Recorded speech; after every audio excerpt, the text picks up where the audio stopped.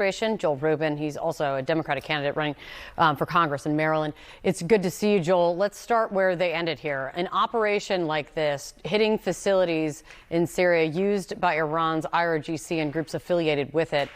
I've seen this described as a significant escalation for the Biden administration. Do you see it that way? I mean, what do strikes like this in Syria do?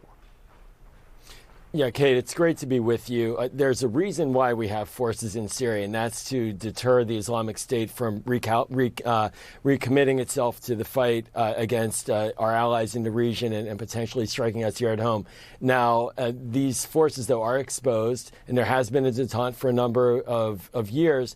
Iran's decision to strike our forces through its proxies does put the region at higher risk. I think that it's crucial to continue to ensure that there is deterrence against that. You know, the big picture question here is, what will Hezbollah do? Will Hezbollah enter the fight from southern Lebanon into northern Israel and really expand this into a regional war? And President Biden's decision to continue to strike outside of that theater and ensure that there is a response hopefully gets the message across to Iran that the United States is serious and that it should not unleash Hezbollah.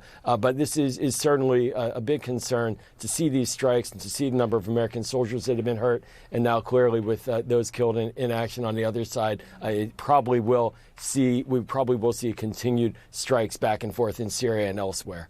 It also leads to the bigger question of, what is Iran trying to do here if we assume Iran does not want to start or ignite a broader war?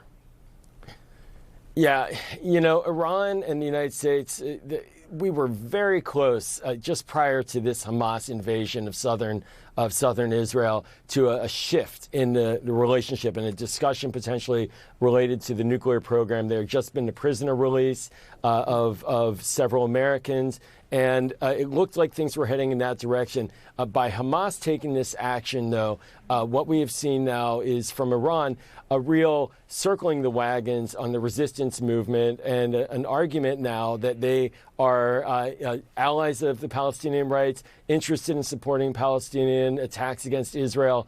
And for Iran, they may very well see this as a moment to not just strike Israel, but to push the United States out of the Middle East and disrupt our alliances. So this is a very significant moment. We just saw them embraced over the weekend at Arab League meetings and Islamic conference meetings. And so it's incumbent upon us to not let this spiral out into a direct war with Iran.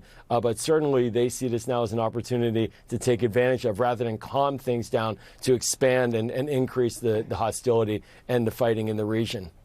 The other thing that John and Oren were just talking about, the situation unfolding at Al-Shifa Hospital in northern Gaza. The World Health Organization saying that it's just no longer functioning as a hospital because without fuel, and patients are dying, including very young NICU patients. There is a dispute between Israel and the people running the hospital over whether fuel was offered to help keep it running or not, and the circumstances around it. But there's also new reporting. The IDF says it's killed a group of Hamas fighters embedded, they say, among civilians at the entrance of another Gaza hospital, the second largest hospital in Gaza. It feels like something has to give soon with regard to the hospitals and the civilians that are being caught in the midst of this. What more can the Biden administration be doing here?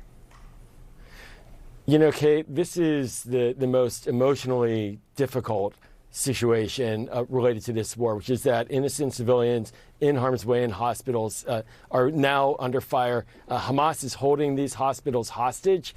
What we need is a horizon of hope, quite frankly. What we need is some kind of change. Maybe it comes through a hostage release. The 20 children that were kidnapped by Hamas on October 7th that are sitting somewhere in tunnels underneath Gaza. Is there a way to get them out, to free the children, to not make children the targets of this war?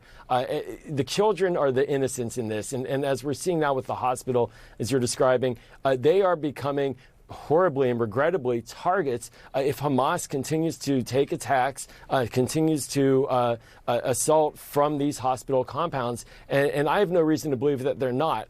And I think that Hamas knows what it's doing. We've seen a lot of reporting about how Hamas understood that they would incur major Israeli response to their October 7th invasion, that they were accepting of that.